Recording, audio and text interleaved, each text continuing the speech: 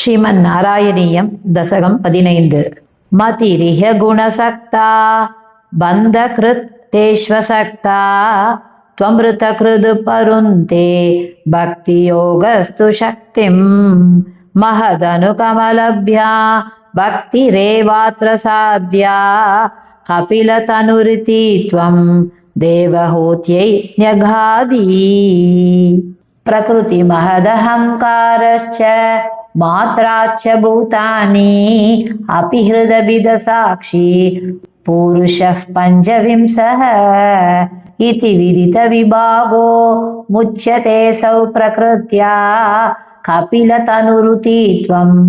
देवहूत्यै न्यगादि प्रकृतिगतगुणौघैर्नाज्यते पुरुषोऽयं यति तु सजति तस्यां तद्रुणास्तं भजेरन् मदनुभजन तत्त्वा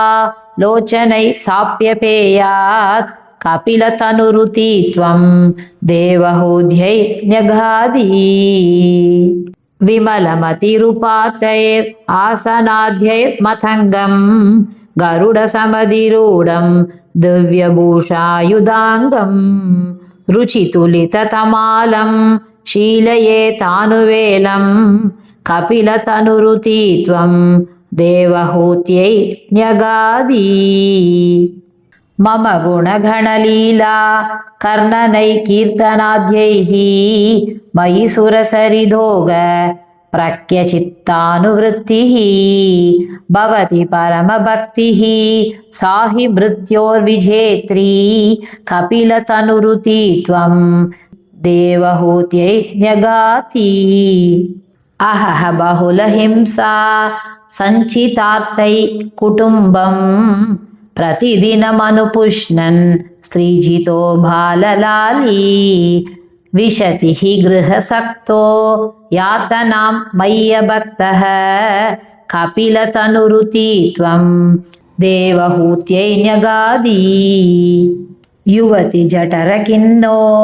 जातबोधोऽप्यकाण्डे प्रसवगलितभोगः पीडयोल्लङ्घ्य बाल्यं पुनरपि बत मुह्यत् एव तारुण्यकाले कपिलतनुरिति त्वं देवहूत्यै न्यगादि